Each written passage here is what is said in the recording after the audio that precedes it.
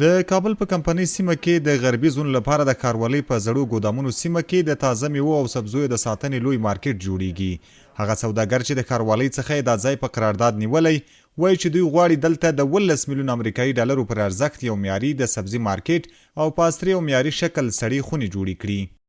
دغه کومه ساحه د ګودامو چې د ښاروالۍ نه موږ په قرارداد باندې ونیوله، د دې قرارداد د 1 کال دپاره وه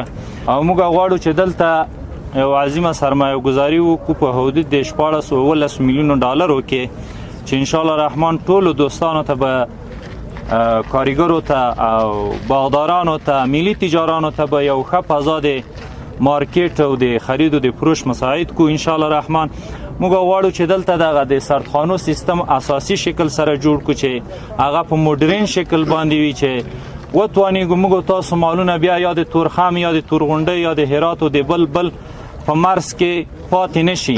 یو لویه انکشافي او ملي پروژه ده چې په دې کې به ستره عصري مدرن مارکیټ په دې کې به په نوي ستاندرد ساختمان جوړیږي او دا ساختمان به دغه متشبثینو ته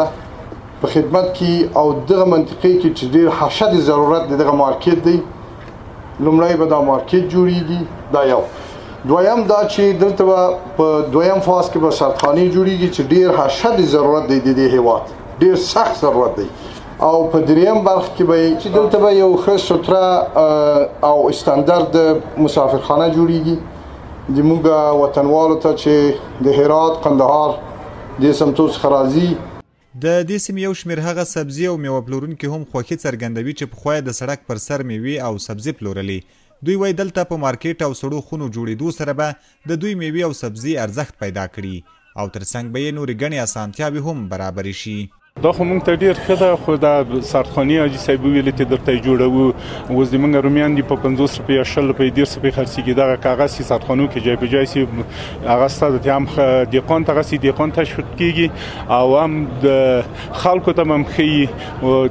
بیا دا که سردخانو کې ډېر ښه ده او که دا د ایران او پاکستان رومی راسي دا خو بیخي موږ ته 1 کیلو په 100 روپۍ را باندې خرڅېږي. خوشحاله خو 100% خوشحاله یو وروره دغه غټ سهولت ده دغلته موږ ته اوس موږ چې به هغه ځای نه حرکت وکړو وروره ماسپښین به دلته ورسېدو ماښام به ته مسکن کړو نو دلته چې دغه اوس ماسپښین راورسېدې راتاو شه بس خپل په مارکیټ کې وروره دغه داسې فکر وکړه ته مسکن دغلته راغله. په کابل ښار کې که څه هم د میوو او سبزیو لوی سوداګریز مارکیټ شتون لري خو په ټول هیواد کې د عصري سړو خونو نشتون هغه څه دي چې ګڼ شمېر بزګران او سوداګر یې له ستونزو سره مخ کړي او په وار وار یې له حکومت او خصوصي سکتور څخه د جوړېدو غوښتنه کړې ده.